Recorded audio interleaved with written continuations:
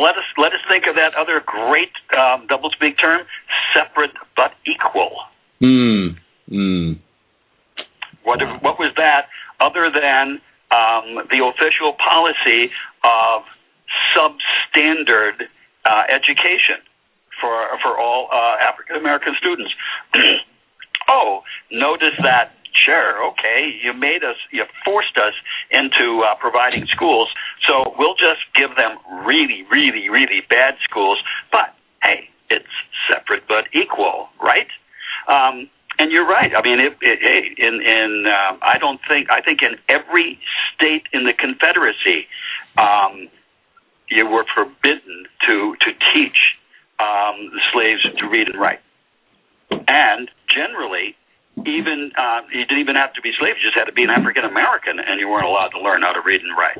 Why? Because they understood the power of education, and the most important part of education is to learn the language. If you learn to read, you learn words, and with words you learn to think, and with thinking you raise questions. And it's what makes you free. But all dictators do that. They want to control the language. They want to control the education because they understand where the power comes from. It comes from controlling thought.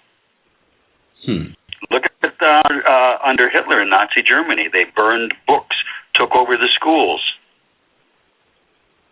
So this is, you want to make yourself free. You want to make yourself powerful. You want to make yourself effective.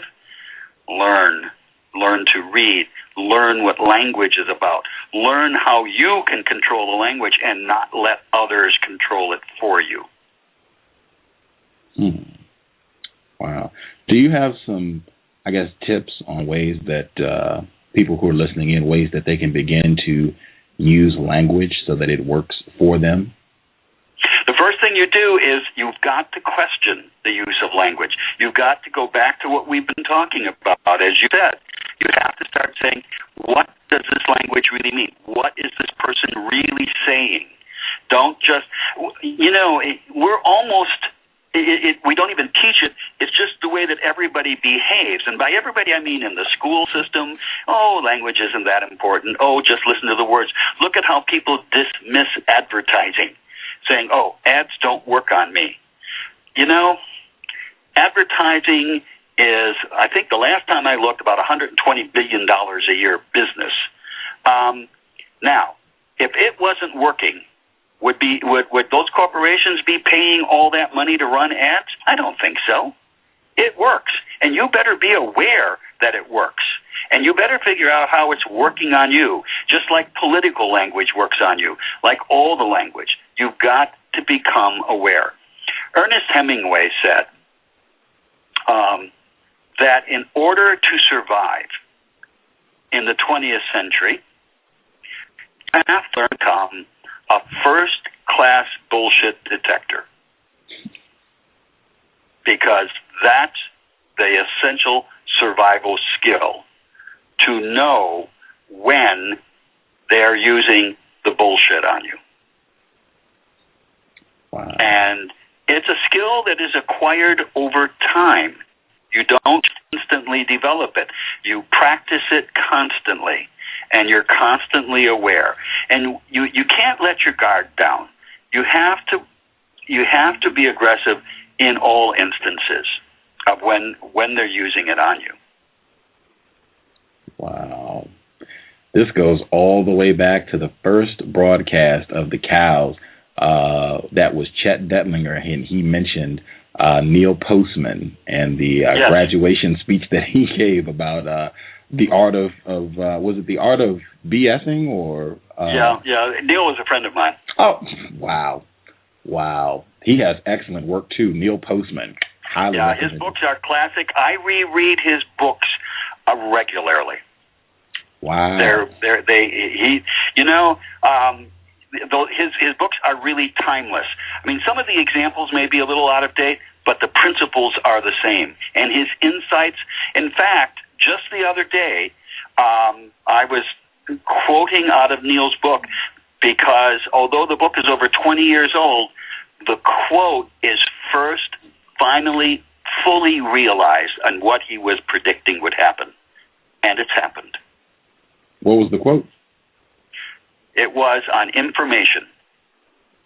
And he was saying that how Neil's point was that we're drowning in a sea of irrelevancy. And people keep saying how important it is. And he was showing how when the telegraph was first introduced into the United States, and one of the first cross-country telegrams, news telegrams, told of the assassination of President Lincoln. And he quotes the newspapers and others saying how wonderful this is, that now what happens in New York can be instantly communicated to the people in California, to which Neil said, but do the people in California care about what's going on? And more importantly, do they need to know what's going on? And by that he meant, how does it affect your life? Does it change your life? Is it going to make you do anything different? And he said, if you start looking at what passes for news today, you will find that you really don't need to know most of it.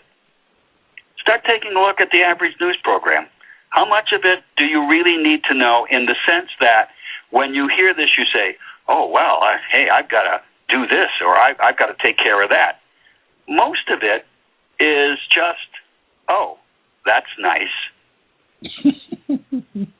Or, oh, that's too bad. And that's it. If you start measuring what, and particularly now, of course, with the cable news cycle, with nonstop news, this is where we get all the nonsense on television. We get all these, really, the only way to call it is stupid stories that they keep coming up with, because they've got to fill the airtime. Wow. So we get a lot of,